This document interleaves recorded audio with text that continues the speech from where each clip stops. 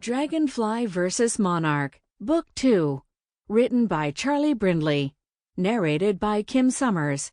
Published by TekTime. Dedication.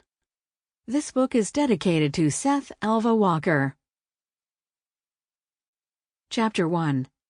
The CIA isn't the only gang of spooks with weaponized insects. It seems the Kremlin has developed one of their own. New York City, today. Rigger Endtime knocked on the door of apartment 7C. While he waited, he glanced down the hall as a laughing couple came off the elevator and turned away from him. Picturesque landscapes decorated the curving hallway, while chic side tables held vases of fresh flowers. "Took you long enough," Katrina smiled when she opened the door. "I would have been here sooner, but—" "Shut up." She slipped her arms around his neck and pressed her lips to his. When he put his arms around her and kicked the door closed, his paper bag hit her in the butt. Feels like you brought something hard with you."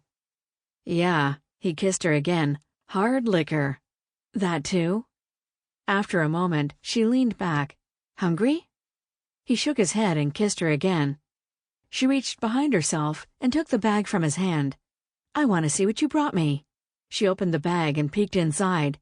"I love wine coolers." "Where's Rachel?" "At the orphanage." She took his hand to lead him toward the kitchen. "I wish she were here." "Me too. I just love her to pieces." Katrina set the bottles out on the kitchen table. "Sit there." She pointed to a chair at the table, then slipped on an oven mitt. "I made us a pizza." "Wow, it smells great. Maybe I am hungry." She placed the pizza on top of the stove and cut it with a rollerblade cutter. After sliding 4 large pieces onto a plate, she sat it on the table and took the chair across from him.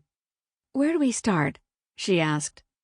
He picked up a slice of pizza and immediately dropped it. "I usually start with my fingers, but it's too hot." "You know what I'm talking about." She scooted her chair out and went to a drawer for 2 forks. Instead of returning to the chair across the table, she sat beside him. They each used their forks to cut a bite of pizza. "Why did they fire you?" he asked. "Sleeping with the enemy for openers, which I didn't." "And?" "Child endangerment." "Well, that's true, if you thought I might be a killer." "Ha, you don't know how close you were to a bullet." Rigger stopped chewing to stare at her. "Remember that first day when you bought us hot chocolate?" He nodded.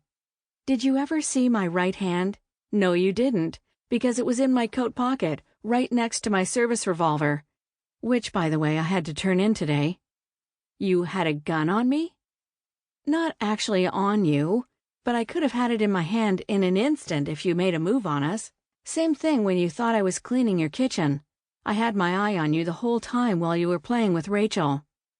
"Well," he went back to his food, "I thought you were a pretty poor house cleaner." "I wanted to arrest you so bad, but I had no evidence, nothing I could take to court."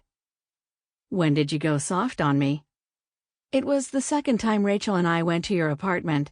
I began to see you were an okay guy." Katrina twisted the caps off 2 wine coolers and set one in front of Rigger. He took a drink. "And I guess you reported back to your chief that I wasn't a suspect any longer?" "I did, but Captain Billingsley didn't buy it. Said I was getting cozy with you, and I should back away for a while, maybe do paperwork or write parking tickets." "But you didn't. How could I?" "He the one who fired you?" "Yes, not actually fired, but suspended until Internal Affairs completes their investigation. I think it was the 3rd item on his list that really ticked him off." "What's that?" "Insubordination and not following department procedures." "That's 2 items. And the term loose cannon came up more than a couple of times. Sounds like you really pissed him off, but I can't imagine you being insubordinate to anyone." Rigger glanced around the kitchen, then got up to pull 2 paper towels from a roll lying beside the sink. He handed one to her and wiped his mouth with the other. "Oh, I was insubordinate all right, and I also refused to stop seeing you." He turned to face her. "Was it worth it?" She studied her slice of pizza for a moment. "Not yet."